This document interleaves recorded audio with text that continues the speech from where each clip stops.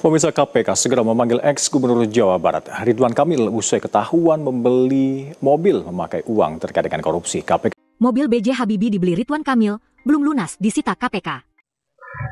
Setelah kasus dengan Lisa Marliana, ya, Ridwan Kamil kali ini disandung diduga kasus pengadaan iklan, ya, Bank BJB. Kali ini bukan berhadapan dengan perorangan, tetapi Ridwan Kamil berhadapan dengan Komisi Pemberantasan Korupsi atau KPK, ya. Kita ini sangat ramai diperbincangkan. Mantan Gubernur Jawa Barat ini dipanggil KPK untuk klarifikasi adanya dugaan pengadaan markup iklan di Bank BJB. Kita simak video bersama-sama. Pemirsa, KPK segera memanggil ex-Gubernur Jawa Barat Ridwan Kamil usai ketahuan membeli mobil memakai uang terkait dengan korupsi. KPK menyebut Ridwan Kamil membeli mobil ex-Presiden ketiga RI B.J. Habibie dengan uang hasil rasuah pengadaan iklan di PT Bank BJB. Informasi ini diulik usai pemeriksa anak Habibie, Ilham Habibie. Juru bicara KPK Budi Prasetyo mengatakan pihaknya akan memanggil Ridwan Kamil dalam waktu dekat ini. Ex-Gubernur Jawa Barat ini akan dimintai keterangan soal asal uang pembelian mobil Habibie. Cepatnya nanti KPK akan menjadwalkan untuk pemanggilan terhadap saudara RK. Sementara itu sebelumnya KPK memeriksa putra B.J. Habibie, Ilham Habibie, pada Rabu 3 September lalu. Ia mengaku dicecar soal pembelian mobil peninggalan B.J. Habibie yang dibeli oleh RK. Menurut mobil ini kan ada kaitannya dengan kasus Bank JB itu sendiri. Itu kan saya tahu. Itu di pihak yang tahu itu KPK. Kita cuma sebagai penjual saja. Kalau kita menjual barang kan kita tidak tanya dari mana uangnya, kan nggak mungkin. Pak, emang harga mobilnya berapa, Pak? Harga jual mobil. Harganya 2,6 tapi Dibayar berapa, Pak? 1,3 setengahnya. Oh, setengahnya. Iya. Itu dibelinya kalau boleh tahu kapan, Pak? Mobil B.J. Habibie dibeli Ridwan Kamil, belum lunas disita KPK. Mobil klasik warisan B.J. Habibie kini jadi sorotan. Mercedes-Benz 280 sal ini pernah dijual putra Habibie, Ilham Akbar, ke Ridwan Kamil. Ilham dipanggil KPK untuk menjelaskan kronologinya. Tahun 2021, Ridwan Kamil tertarik membeli mobil itu seharga 2,6 miliar rupiah. Tapi, RK hanya membayar 1,3 miliar rupiah alias setengahnya, sisanya belum lunas hingga kini. Bukan cuma itu, warna asli mobil silver diubah jadi biru metalik tanpa sepengetahuan keluarga Habibie. Karena pembayaran macet dan muncul kasus korupsi Bank BJB, KPK pun menyita mobil tersebut. Statusnya masih atas nama B.J. Habibie. Drama Mercy Habibie Ridwan Kamil kini jadi bagian penyelidikan besar KPK. Mobil itu dibeli, dicicil tapi belum lunas. Jadi belum milik dia. Jadi sudah ada yang menyampaikan ke saya terkait dengan pembelian mobil yang dimiliki oleh Bapak, yang diwarisi oleh kami, oleh Pak Ridwan Kamil. Ya. Mobil itu dibeli, dicicil tapi belum lunas. Jadi belum milik dia. Nah, jadi tahun lalu saya panggil Pak Ridwan Kamil ke rumah, bukan saya sendiri, ada saksinya juga. Saya menyatakan kalau ini tidak dilunasi dalam waktu dekat, maka saya tarik kembali dan dia setuju. Tidak dilunasi juga, kita mau tarik, tapi bengkelnya nggak mau kasih karena dia juga belum dibayar. Nah, jadi setelah itu ya tidak lama kemudian udah ada KPK. Kita kan nggak tahu menahu mengenai KPK karena ini bukan urusan kita. Ya gitu kurang lebih. Semua yang saya harus katakan, ya ini kan saya belum pernah ke sini ya. Saya harus katakan KPK sangat profesional, sangat tepat, sangat ramah, bagus sekali. Ya, saya benar-benar ini memang lama ya, karena dia harus buat berita acara itu lama kan, kita harus baca dulu benar atau tidak, kemudian dikoreksi dan sebagainya, harus ada saksi dan sebagainya, lama memang ya. Tapi ya begitulah. Tapi dengan ini saya kira benar-benar sistem hukum kita dijalankan dengan benar. Itu baik. Pak, tapi terkait penjualan mobil ini kan ada kaitannya dengan kasus Bank JB itu sendiri. Itu kan saya tidak tahu. Itu di pihak yang tahu itu KPK. Kita cuma sebagai penjual saja. Kalau kita menjual barang kan kita tidak tanya dari mana uangnya, kan nggak mungkin. Pak, emang harga yang dibayarkan berapa, Pak? Apa? Harga jual mobil. Harganya 2,6 tapi tidak ada kontrak. 2,6 miliar. Yang sudah dibayar berapa, Pak? 1,3 setengahnya. Update kasus Ridwan Kamil, bakal diperiksa KPK, mobilnya udah disita duluan. kabar ini bukan rumor, tapi update resmi dari KPK. Jadi gini ceritanya teman-teman, KPK kan lagi nyelidikin dugaan korupsi pengadaan iklan di Bank BJB, bank milik Pemprov Jawa Barat dari tahun 2021 sampai tahun 2023, dan nilai korupsinya ratusan miliaran rupiah.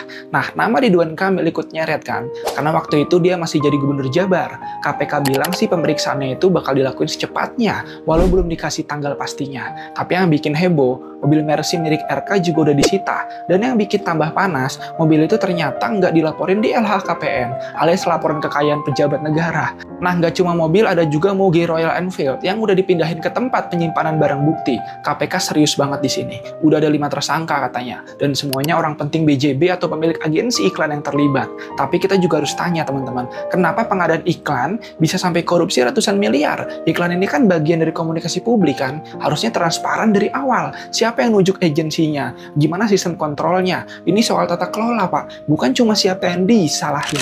Jelas kasus ini juga nunjukin satu hal, yaitu ruang gelap di sektor pengadaan publik itu masih besar banget. Dan pastinya celah kayak gini yang sering dimanfaatin oleh elit buat korupsi. Sementara publik cuma bisa nonton dari pinggir. Yang lebih penting lagi ya gosip soal siapa yang bakal dipanggil adalah gimana kita bisa dorong sistem yang bikin praktek kayak gini makin susah teman-teman. Karena selama uang rakyat bisa dipakai buat bancakan atas nama iklan, jangan heran kalau krisis kepercayaan sama institusi itu makin besar sekali. Coba deh share pendapat kalian, drop komen teman-teman. Mantan Gubernur Jawa Barat Ridwan Kamil akan diperiksa KPK sebagai saksi kasus korupsi BJB setelah Lebaran. Ya, mudah-mudahan Bapak Ridwan Kamil ini statusnya tetap sebagai saksi, tidak meningkat statusnya menjadi tersangka. Jangan. Saya percaya kok Bapak Ridwan Kamil ini orang jujur, tidak akan korupsi. Jadi diperiksa KPK ini sebagai saksi ya. ya, bukan tersangka, bukan. Kasihan ya Bapak Ridwan Kamil ini ya. Ujiannya bertubi-tubi. Setelah waktu itu anaknya. Setelah itu kalah Pilkada Jakarta. Setelah itu kasus Bank BJB korupsi ya kan. Setelah itu kasus perselingkuhan, dituduh selingkuh dengan artis model majalah dewasa Lisa Mariana. Kok ada-ada aja ya. Kasihan ya Pak Ridwan Kamil ini. Gini, kalau saya berpandangan, kalau memang Pak Ridwan Kamil salah, ya berarti harus dihukum pastinya. Tapi kalau tidak bersalah, berarti Pak Ridwan Kamil itu memang difitnah, dihancurkan karir politiknya, agar ke depan tidak bisa mencalonkan apa-apa lagi, karena mungkin ada yang merasa tersaingi atau akan menjadi batu sandungan bagi salah satu lawan politik kalau Pak Ridwan Kamil karir politiknya tidak dihancurkan dari sekarang. Mungkin sih seperti itu. Kita lihat saja perkembangannya seperti apa. Bapak Ridwan Kamil ini korupsi atau enggak? Bapak Ridwan Kamil ini selingkuh atau enggak? Atau punya anak dengan selingkuhannya itu atau enggak? Atau ini semua hanya fitnah, hanya serangan yang akan menjatuhkan karir politik Bapak Ridwan Kamil. Kalau kalian mengerti, tahu tentang masalah ini, coba di komen ya. Maaf, aku selalu berisik dan mengusik. Yang penting asik. Dari video-video tersebut kita bisa menilai bersama-sama ya teman-teman ya, bagaimana elektabilitas seseorang dan kenapa saya sendiri bertanya, kenapa ketika beres menjabat atau selesai menjabat, kebanyakan ya, saya tidak ngomong semua ya, kebanyakan para pemimpin atau pejabat yang sudah habis masa jabatannya itu tersandung kasus-kasus korupsi.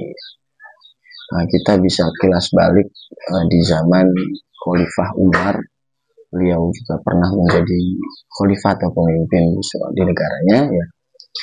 Itu seorang pemimpin itu bukan kaya, tetapi malah bisa dibilang miskin ya, gitu ya. Kan tetapi terbalik dengan apa yang terjadi di Indonesia kali ini, dengan entah kurang bersyukur atau gimana, saya tidak paham dengan itu pribadinya. Kan tetapi rata-rata orang-orang itu ketika selesai menjabat, ramai sekali perbincangan tentang adanya dugaan korupsi dan lain sebagainya ya.